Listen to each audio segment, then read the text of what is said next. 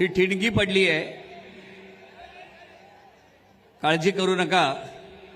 या ठिकाणी धगधगती मशाल साक्षात प्रत्येक शिवसैनिकाच्या मनात धगधगते आहे।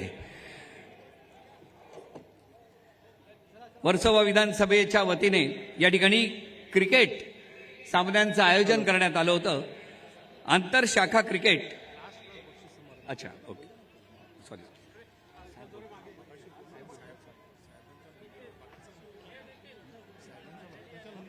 ओके